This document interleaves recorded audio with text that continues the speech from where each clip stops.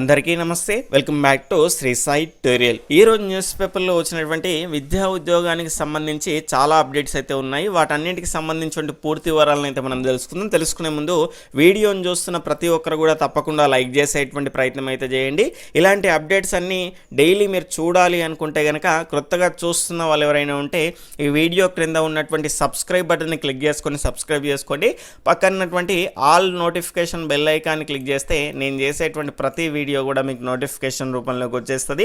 చాలామంది చూస్తున్నారు, వెళ్ళిపోతున్నారు, కానీ లైక్ మాత్రం చేయట్లేదు. మీరు లైక్ చేయడం ద్వారా ఈ వీడియో మిగతా వారికి అంటే ఎక్కువ మందికి రీచ్ అవ్వడానికి అవకాశం ఉంటుంది. కావాలంటే మీరే చెక్ చేసుకునేటువంటి ప్రయత్నం అయితే చేయండి. వీడియోను ఒక 10,000 వరకు చూస్తారు, కానీ అక్కడ లైక్స్ మాత్రం చూస్తే 500 వరకే ఉంటాయి. ఇక్కడ రెగ్యులర్గా మనం ఎందుకు అడుగుతాము అంటే ఖచ్చితంగా మీకు అవసరమైనటువంటి సమాచారాన్ని మేము ఇస్తున్నటువంటి సందర్భంలో మాకు అవసరమయ్యేది కూడా మీరు ఇవ్వాల్సినటువంటి అవసరం అనేది ఉంటుందని గుర్తు చేయడానికి మాత్రమే అడుగుతాను రెగ్యులర్గా. ఇక లేట్ చేయకుండా మన యొక్క మొదటి అప్డేట్లోకి అయితే వెళ్ళిపోదాం. కేంద్రీయ విద్యాలయ నిజామాబాద్కు సంబంధించి కాంట్రాక్ట్ టీచర్ల పోస్టులకు సంబంధించిన నోటిఫికేషన్ అయితే 2023-24 సంవత్సరానికి రిలీజ్ అయింది. ఇక్కడ ప్రైమరీ టీచర్ టీజీటీ మరియు టీజీటీకి సంబంధించి ఇక్కడ ఇంగ్లీషు, హిందీ, సంస్కృతి, మ్యాథమెటిక్స్, సైన్స్, సోషల్కు సంబంధించి 17 మార్చ్ అంటే ఈ నెల 15 అయితే ఇంటర్వ్యూ ఉంది. కంప్యూటర్ ఇన్స్ట్రక్టర్, తర్వాత sports coach, PRT, music and special ఎడ్యుకేటర్కి సంబంధించినటువంటి పోస్టులకు 18 మార్చ్న అయితే ఇంటర్వ్యూ అనేది ఉంది. వేదిక కనుక చూసుకుంటే Kendriya Vidyalaya Nizamabad, DIET college campus near RTO office Nizamabad. ఇక్కడ ఈ వెన్యూకి అయితే వెళ్లాల్సి ఉంటుంది. ఇంట్రెస్ట్ ఉన్నటువంటి వాళ్ళు వెళ్ళే ప్రయత్నం అయితే చేయండి. Eligible candidates may walk in with their application and 1 set of xerox copies and original certificates of all qualifications by 9 AM on the day of interview. It is compulsory for the teaching post. ఇక్కడ for eligibility and further details please visit our website. ఇక్కడ website link కూడా ఇవ్వడం జరిగింది.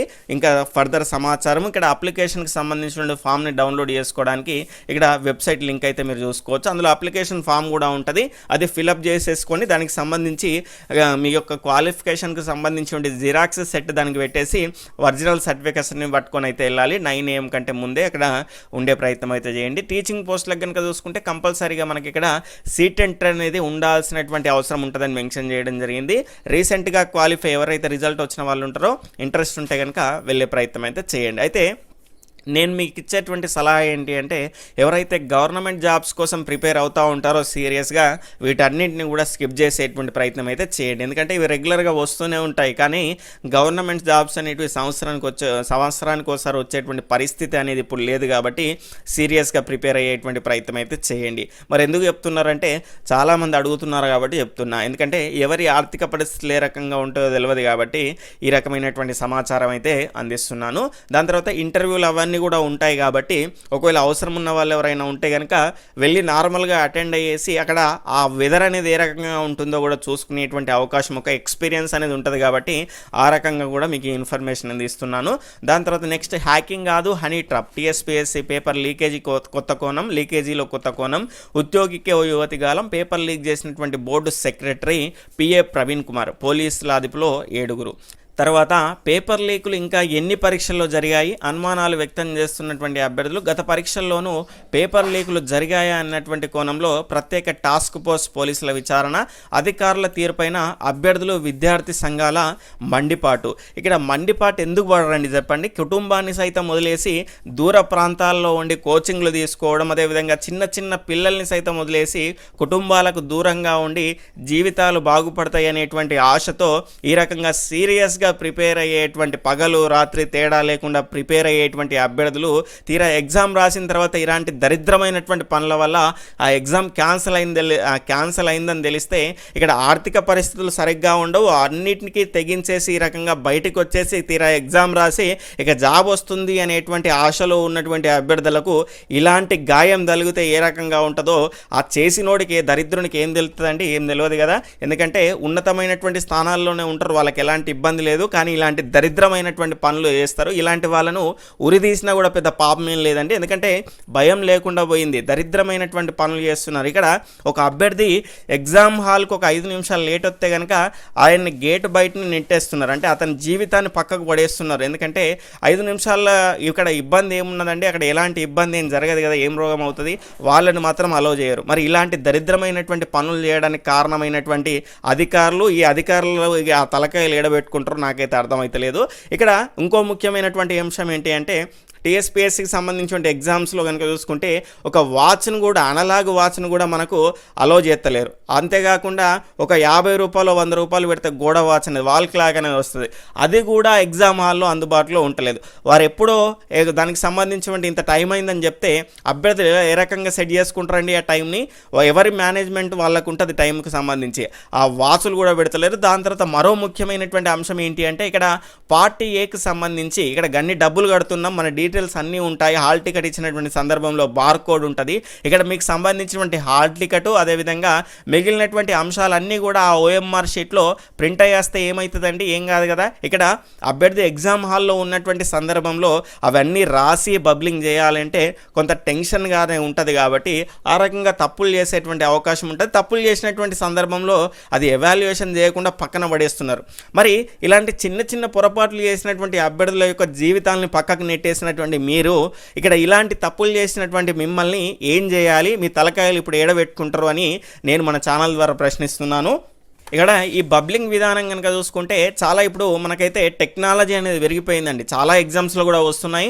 మీకు సంబంధించి ఇప్పుడు police కానిస్టేబుల్కి సంబంధించిన ఎగ్జామ్లో కూడా వచ్చుంటాయి. ఇక్కడ మీకు సంబంధించిన పూర్తి వివరాలు, పార్ట్ ఏకి సంబంధించినటువంటి మీ యొక్క నేము, దాని తర్వాత హాల్ టికెట్ నెంబరు, మిగిలినటువంటి పేపర్ కూడా అవన్నీ కూడా ఓఎంఆర్ షీట్ మీద ప్రింటెడ్గా వచ్చేస్తాయి. వచ్చేసిన తర్వాత జస్ట్ మీరు మీ యొక్క సిరీస్ని ఏనా బీనా అని పెట్టుకోవాలి. ఇప్పుడు నాకు తెలిసి కానిస్టేబుల్ ఎగ్జామ్లో అది కూడా ఇచ్చేసిండ్రు. వాళ్ళు ఏనో బీనో ఆల్రెడీ తెలుసు, వాళ్ళకు మనకు వస్తుంది ఏదన్నది తెలుసు కాబట్టి అది కూడా ఫిలప్ చేసి ఇచ్చేస్తే అక్కడ అభ్యర్థికి ఏ రకంగా టెన్షన్ పడాల్సినటువంటి అవసరం లేదు. ఏం చేస్తాడు, ఆన్సర్లని బబ్లింగ్ చేసుకుంటా వెళ్ళిపోతాడు. ఎందుకంటే ఇక్కడ అది కూడా చేయలేడని మీకు డౌట్ రావచ్చు. అంటే ఆ రకమైనటువంటి వాతావరణం అట్లుంటుంది సార్. ఆ టెన్షన్లో ఏదైనా చేయడానికి అవకాశం ఉంటుంది కాబట్టి, తప్పు చేయడానికి అవకాశం ఉంటుంది కాబట్టి, అవకాశం ఉంది కదా. ఇప్పుడు ఏమొస్తుంది అని టీఎస్పీఎస్లో 3-4 రాయాలి, బబ్లింగ్ చేయాలి. ఆడ బార్ కోడ్ కూడా చక్కగా ఉంటుందో కూడా తెలియదు. అది ఆ బార్ కోడ్ ఉన్నట్టు కూడా నాకైతే అనిపించదు. కాబట్టి ఇలాంటి తప్పులన్నీ కూడా దారుణంగా ఉన్నాయండి. వాటన్నింటినీ సరి చేసుకొని అభ్యర్థులకు ఒక మంచి అవకాశాన్ని కలిగించాల్సినటువంటి అవసరం కూడా ఉంది.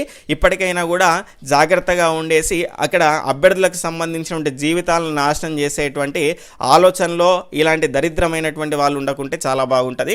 తర్వాత TSPSC town planning building overseas పరీక్ష వెటర్నరీ అసిస్టెంట్ సర్జన్ పేపర్లకు సంబంధించిన పేపర్ లీకేజ్ వ్యవహారం దుమారం లేపుతుంది. పేపర్ లీకేజీ కారణంతో ఈ నెల 13, 15, 16 జరగాల్సినటువంటి పరీక్ష వాయిదా వేసినప్పటికీ మరి గతంలో జరిగినటువంటి పరీక్షల విషయంలో పరిస్థితి ఏంటని పలువురు అభ్యర్థులు అయితే విద్యార్థి సంఘాలను అయితే ప్రశ్నిస్తున్నాయి. ఇప్పటి వరకు జరిగినటువంటి పరీక్షలు ఎలాంటి పేపర్ లీకులు జరగకుండా సాఫీగా జరిగాయా అనేటువంటి అనుమానాలను కూడా పలువురు అభ్యర్థులు అయితే వ్యక్తం చేస్తున్నారు. టౌన్ ప్లానింగ్ బిల్డింగ్ ఓవర్సీస్ పరీక్ష వెటర్నరీ అసిస్టెంట్ సర్జన్ పరీక్ష పేపర్లు లీక్ అయినట్లు చివరి నిమిషంలో తెలియడంతో వాటిని వాయిదా వేస్తున్నట్లు అధికారులు ప్రకటించారు. ఒకవేళ తెలియకపోతే ఇది కూడా జరిగేది. దాని తర్వాత కానీ ఇప్పటికే గ్రూప్ 1 ప్రిలిమినరీ, సిడిపిఓ, సిఏ, తర్వాత ఏఓ, తర్వాత ఏడబ్ల్యూ, డిఏ పరీక్షలు అయితే ఇటీవల కాలంలో జరిగాయి. జరిగినటువంటి ఈ పరీక్షలు ఎంత పారదర్శకంగా నిర్వహించారనేటువంటి దానిపైన తాజా ఘటనతో సర్వత్రా అనుమానాలు వ్యక్తమవుతున్నాయి. త్వరలోనే గ్రూప్ 2, 3, 4, జేఎల్, ఇక్కడ హెచ్డబ్ల్యూ ఇతర పోటీ పరీక్షలు జరగనున్నాయి. ఈ క్రమంలో పరీక్ష రాసేటువంటి అభ్యర్థులకు టీఎస్పీఎస్సీ ఎలాంటి భరోసా ఇస్తుందని ప్రశ్నిస్తున్నారు. పరీక్ష నిర్వహణలో ప్రశ్నపత్రాల భద్రత విషయంలో టీఎస్పీఎస్సీ అధికారులపైన విమర్శలు అయితే వినిపిస్తున్నాయి. లక్షలాది మంది అభ్యర్థుల జీవితాలతో ముడిపడి ఉన్నటువంటి పరీక్షల విషయంలో ఇంత నిర్లక్ష్యంగా వ్యవహరిస్తారా అని విమర్శలు అయితే వెలువెత్తున్నాయి. గ్రూప్ 1 పరీక్షకు దాదాపుగా 3.5 లక్షలు, డిఏఓకు 70,000, సిడిపిఓకు 16,000, ఏఓకు సంబంధించి 15,000, ఏడబ్ల్యూకు ఇక్కడ మనకు ఏడబ్ల్యూకి సంబంధించి 80,000 మంది హాజరయ్యారు. జరగబోయేటువంటి మిగతా పరీక్షలకు దాదాపుగా 30 లక్షల మంది అభ్యర్థులు అయితే దరఖాస్తు చేసుకున్నారు. ఈ క్రమంలో భవిష్యత్తులో ఇలాంటి పేపర్ లీకేజీలు జరగకుండా కట్టుదిట్టమైనటువంటి భద్రతా చర్యలు చేపట్టాల్సినటువంటి అవసరం ఉంది. లేకపోతే ఒకరిద్దరి వల్ల లక్షల మంది జీవితాలు తారుమారయ్యేటువంటి పరిస్థితి అనేది ఉంది. ఇక టీఎస్పీఎస్సీ సెక్రటరీ పిఏ ప్రవీణ్ ఓ అమ్మాయి కోసం ఈ పేపర్ లీక్ చేశారనేటువంటి కొత్త కోణం వెలుగులోకి రావడంతో పోలీసు ఉన్నతాధికారులు సమగ్ర విచారణ అయితే చేపడుతున్నారు. ఒక పిఏ పేపర్ లీక్ చేసేటువంటి స్థాయిలో భద్రత అనేది అక్కడ క్వశ్చన్ పేపర్కి సంబంధించి ఉందంటే ఇక మీకు అర్థం చేసుకునే ప్రయత్నం అయితే చేయండి. ఇంకా వాళ్ళు ఎంత పటిష్టమైనటువంటి భద్రతా చర్యలు తీసుకోవాల్సినటువంటి అవసరం ఉందో ఆలోచించాల్సినటువంటి అవసరం అయితే ఉంది. ఈ పరీక్షలు అయితే వాయిదా వేశారు. ఇలాంటి చర్యల వల్ల టీఎస్పీఎస్సీ పైన అభ్యర్థులు నమ్మకం కోల్పోతారు అనేటువంటి అంశం కూడా ఇక్కడ ఇవ్వడం జరిగింది. ఈ రకంగా మనకు దీనికి సంబంధించిన అప్డేట్ అయితే చూడొచ్చు. దాని తర్వాత అభ్యర్థుల జీవితాలతో చెలగాటమా. ఇక్కడ టీఎస్పీఎస్సీ నిర్వహించాల్సినటువంటి పరీక్షలను వాయిదా వేయడంతో అభ్యర్థులు తీవ్ర ఆందోళనలో ఉన్నారు. టీఎస్పీఎస్సీలోని ఉద్యోగ పేపర్ లీకేజ్ వ్యవహారంలో ఉండడం అనేది సిగ్గుచేటన్నారు. ఈ సంఘటన పైన వెంటనే కమిటీ వేసి దీని వెనక ఇంకా ఎవరెవరు ఉన్నారో లోతుగా అధ్యయనం చేయాలని డిమాండ్ చేశారు. దాదాపు 80,000 ఉద్యోగాలకు నోటిఫికేషన్లు జారీ అవుతున్నటువంటి ఈ సమయంలో దాదాపు 50 లక్షల మంది అభ్యర్థులు ఈ పరీక్షలకైతే ప్రిపేర్ అవుతున్నారు. అన్ని పరీక్షలను కమిషన్ పారదర్శకంగా నిర్వహించాలని ఇక్కడ డిఎడ్ సంఘం అధ్యక్షులు రావుల రామ్మోహన్ రెడ్డి గారు అయితే చెప్పడం జరిగింది. టీఎస్పీఎస్సీ పైన అభ్యర్థులు నమ్మకం కోల్పోతారు. లక్షలాది మంది అభ్యర్థులు సంవత్సరాల తరబడి హైదరాబాద్ నగరంలో లక్షల రూపాయల అప్పులు చేసి కోచింగ్ తీసుకుంటున్నారు. గ్రూప్ 1, 2, 3, 4 ఇతర పోటీ పరీక్షలకు సన్నద్ధమవుతున్నటువంటి సమయంలో ఇలాంటి లీకులు చేయడంతో టీఎస్పీఎస్సీపై అభ్యర్థులకు నమ్మకం కోల్పోతుందని అధికారుల నిర్లక్ష్యంతో ఇప్పటికే లీకులు చేసినటువంటి సందర్భాలు చాలానే ఉన్నాయి. టీఎస్పీఎస్సీ పైన ప్రభుత్వ పర్యవేక్షణ లేకపోవడంతో ఇలాంటి లీకులు జరుగుతున్నాయని, లీకులకు పాల్పడినటువంటి వారిపైన కఠిన చర్యలు తీసుకోవాలని ఇక్కడ జావేద్ ఎస్ఎఫ్ఐ హైదరాబాద్ జిల్లా కార్యదర్శి అయితే పేర్కొనడం జరిగింది. ఇక్కడ దాని తర్వాత కనుక చూసుకుంటే నెక్స్ట్గా మనకు మిగిలినటువంటి అన్ని అంశాలు దాదాపుగా అవే వచ్చాయి. టీఎస్పీఎస్సీ ప్రతిష్టకు దెబ్బ, నోటిఫికేషన్లు వాయిదా పడతాయేమన్నటువంటి ఆవేదనలో అభ్యర్థులు అయితే ఉన్నాయి. 3వ వంతు టీఎస్పీఎస్సీ ద్వారానే జరుగుతున్నాయి. అంటే 80,000 ఉద్యోగాల్లో దాదాపుగా 3వ వంతు ఇక్కడ మిగిలినటువంటి అన్ని పోటీ పరీక్షలు కనుక చూసుకుంటే 3వ వంతు మనకు టీఎస్పీఎస్సీ ద్వారానే జరుగుతున్నాయి. ఉద్యోగుల బాధ్యతలపైన సమీక్ష అయితే నిర్వహించాలి. దాని తర్వాత ఇంకా లీకులు ఏమైనా ఉన్నాయా అనేటువంటి అంశం పైన కూడా ఖచ్చితంగా విచారణ చేపట్టాల్సినటువంటి అవసరం అయితే ఉంటుంది. దాని తర్వాత దీనికి సంబంధించి ఎగ్జామ్ అయితే వాయిదా వేసినటువంటి మనకు అంశం అయితే తెలిసిందే. తమ్ముడి కోసం TSPSC paper leak, question paper కథ నడిపినటువంటి ప్రధాన ఉపాధ్యాయురాలు రూపాయలు 14 లక్షలకు మరికొందరికి ప్రశ్నపత్రం విక్రయం, నిందితులను అదుపులోకి తీసుకున్నటువంటి పోలీసులు, ముమ్మరంగా కొనసాగుతున్నటువంటి కేసు దర్యాప్తు. ఇక్కడ Telangana state public service commission ఆదివారం నిర్వహించాల్సినటువంటి టౌన్ ప్లానింగ్ బిల్డింగ్ ఓవర్సీస్ పరీక్ష ప్రశ్నపత్రం అయితే లీకేజ్ వెనుక ఒక ప్రధాన ఉపాధ్యాయురాలి ప్రమేయం ఉన్నట్లయితే తెలుస్తుంది. హైదరాబాద్లోని ఓ ప్రభుత్వ పాఠశాలకు చెందినటువంటి ప్రధాన ఉపాధ్యాయురాలు తన సోదరుడి కోసం టీఎస్పీఎస్సీ కార్యదర్శి వ్యక్తిగత సహాయకుడు ప్రవీణ్ కుమార్ ద్వారా క్వశ్చన్ పేపర్ను సంపాదించి దాన్ని మరో ముగ్గురికి రూపాయలు 14 లక్షలకు విక్రయించినట్టు సమాచారం. ఈ వ్యవహారం పైన డయల్ 100కు ఫిర్యాదులు రావడంతో ఈ విషయాన్ని పోలీసులు టీఎస్పీఎస్సీ దృష్టికి తీసుకెళ్లారు. అంటే అభ్యర్థులు దీనికి సంబంధించి తెలియజేసేదాకా టీఎస్పీఎస్సీకి తెలియదు, అంత మొద్దు నిద్రలో ఉంది టీఎస్పీఎస్సీ. అంతర్గతంగా ఆరాధించినటువంటి టీఎస్పీఎస్సీ అధికారులు, ఇది నమస్తే తెలంగాణలోనే వచ్చింది, వేరే పేపర్ కూడా కాదండి, లీకేజీ జరిగినట్టు నిర్ధారించుకొని ఆ పరీక్షను రద్దు చేశారు. TSPSC assistant secretary S Satyanarayana చేసినటువంటి ఫిర్యాదు మేరకైతే ఇక్కడ బేగం బజార్ పోలీసుల సహకారంతో పలువురు అనుమానితులను అయితే అదుపులోకి అయితే తీసుకొని విచారిస్తున్నారు. దీనికి సంబంధించిన అప్డేట్ అయితే చూడొచ్చు. దాని తర్వాత టీఎస్పీఎస్సీ క్వశ్చన్ పేపర్ 14 లక్షలు, దాదాపుగా అదే అన్ని అంశాలు అవే ఉంటాయి. దాని తర్వాత టీచర్స్ ఎమ్మెల్సీ పోలింగ్ నేడు ఉదయం 8 నుంచి సాయంత్రం 4 వరకు. బరిలో నిలిచినటువంటి 21 మంది అభ్యర్థులు, 137 పోలింగ్ స్టేషన్ల ఏర్పాటు అనేటువంటి అంశాన్ని అయితే చూడొచ్చు.